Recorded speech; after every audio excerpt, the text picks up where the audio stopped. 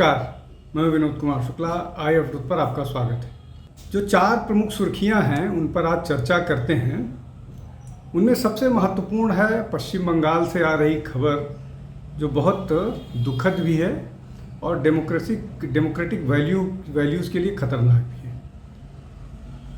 जो लैंडस्लाइड और बाढ़ वाली स्थिति पश्चिम बंगाल के एक इलाके में थी, उसका जायजा करने के लिए भारतीय जनता पार्टी के सांसद खगेन मुर्मू और एक एमएलए विजिट कर रहे थे, और जिस तरह से उन पर अटैक किया गया, वो अटैक दिल को दहलाने वाला है और तकलीफ देह है। एक सांसद को पीटा गया और इस तरह से पीटा गया कि वो लहूलुहान नजर आ रहा था। पश्चिम बंगाल में इस तरह की घटनाएं होती रही हैं। ईडी के लोगों को पीट देना, सीबीआई के लोगों पर हमला कर देना, महिलाओं को पीटना, कंगारू कोर्ट, और जिस तरह से मुर्शिदाबाद में माइनॉरिटी, वहाँ की जो उस ज़िले की माइनॉरिटी है हिंदूज़, उनको वहाँ से उन पर किए गए हमलों के कारण भागना पड़ा। ये सब वहाँ होता रहा है, लेकिन सांसद के साथ इस तरह के घटना को अंजाम देना अपने आप में एक शर्मनाक बात है। अब इसमें निश्चित तौर पर राजनीति होने लगी और प्रेसिडेंट रूल लगाए जाने और 20 तरह की और बातें होने लगी, लेकिन भारतीय जनता पार्टी का जो अपना स्टैंड है कि नहीं, हम कोई इस तरह का काम नहीं करेंगे और डेमोक्रेटिकली ही इनको हटाएंगे, वो उनका प्रिंसिपल हो सकता है। लेकिन इस पूरे मामले में ममता बनर्जी की सरकार पूरी तरह से नाकामयाब रही, और लंबे समय से वो नाकामयाब रही, और उसके पीछे बहुत सारे फैक्टर्स हैं। और ये हमला, अगर ये कहें कि वहाँ के लोगों ने विरोध में हमला किया, तो जो लॉ एंड ऑर्डर की सिचुएशन है, जिसकी जिम्मेदारी गृह मंत्री के तौर पर ममता बनर्जी की है, मुख्यमंत्री के तौर पर ममता बनर्जी की है, वो पूरी तरह से नाकामयाब रही। दूसरा जो महत्वपूर्ण मसला है वो ये है कि बिहार में चुनाव की घोषणा हो गई है, और 6 नवंबर और 11 नवंबर को मतदान होने हैं। आज जिस दिन अनाउंस हुआ, उससे लेकर के ठीक 1 महीने बाद, अनाउंसमेंट के ठीक 1 महीने बाद पहले चरण का मतदान होना है, दूसरे चरण का मतदान 11 को होना है, और रिजल्ट 14 तारीख को आ जाएंगे। अब ये अगर इसको इस तरह से देखें कि छठ का ध्यान रखा गया है, छठ के बाद चुनाव कराए गए हैं, इन सब चीज़ों का ध्यान कराया गया, लेकिन अगर इस पूरी प्रक्रिया को आप देखिए तो 1 महीने के अंदर चुनाव संपन्न कराए जा रहे हैं। तब जब एसआईआर को लेकर के सारी प्रक्रिया पूरी हो चुकी है, तो कुल मिलाकर के निश्चित तौर पर विरोध और बहुत सारी चीज़ों को लेकर के हो रहा है।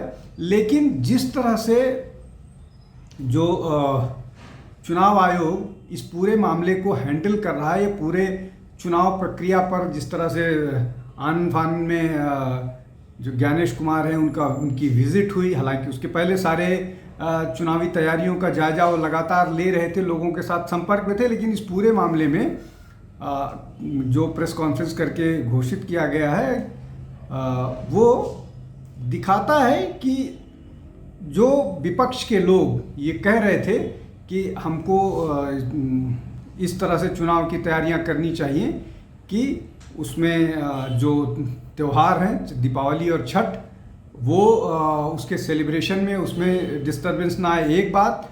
दूसरा ये कि चुनाव कई चरणों में ना हो, उसका भी ध्यान रखा गया है। तो कुल मिलाकर के सबको लेकर के चुनाव आयोग चलने की कोशिश कर रहा है। हालांकि उस पर आरोप फिर भी लगेंगे, लेकिन इसमें सबसे महत्वपूर्ण बात यह है कि नॉमिनेशन से लेकर के और वोटिंग तक वो बड़ा एक लगभग 20-22 दिन का टाइम मिलेगा, जब नॉमिनेशन फाइल करने की आखिरी डेट से, और 20-22 का जो अपने आप में बड़ा कम समय है, और वो निश्चित तौर पर बड़े सूझबूझ और बहुत मशीनरी के साथ सबको निपटाने की ज़रूरत होगी। और जब 2 फेज़ में चुनाव होंगे तो ज़्यादा फोर्सेस भी एक साथ डिप्लॉय करने पड़ेंगे।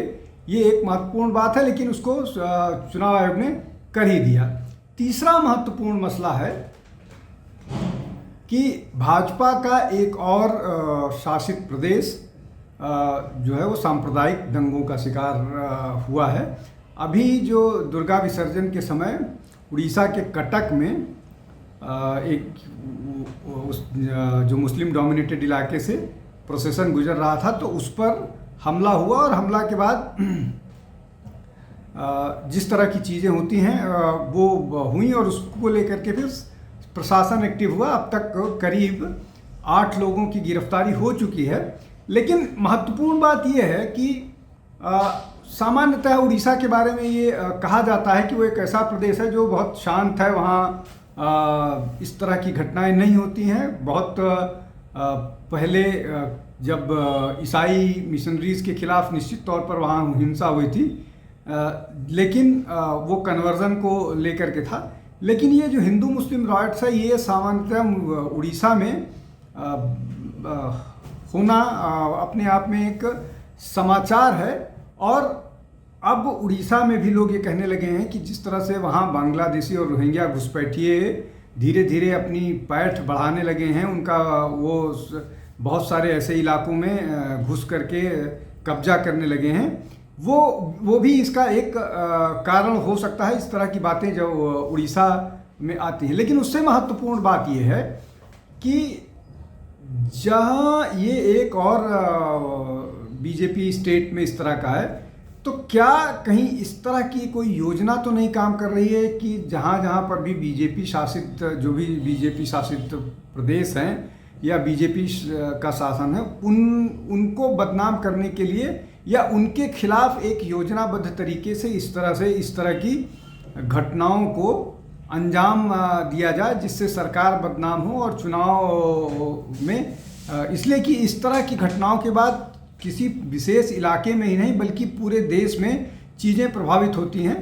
और ये सब ने देखा कि उत्तर प्रदेश में किस तरह से घटनाएं हुई, बिहार में किस तरह से होती हैं, महाराष्ट्र में किस तरह से होती हैं, और भी जगहों पर। और अब नंबर जो है वो उड़ीसा का आ गया।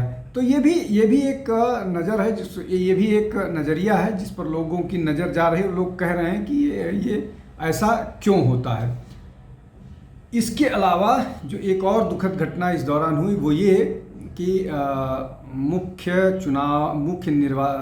न्यायाधीश, उच्चतम न्यायालय के मुख्य न्यायाधीश BR गवई पर किसी ने जूता फेंक के हमले की कोशिश की। हालांकि उसका हमला नाकामयाब कर दिया गया सुरक्षा बलों के द्वारा, लेकिन विरोध प्रदर्शन का ये तरीका कहीं से भी उचित नहीं है।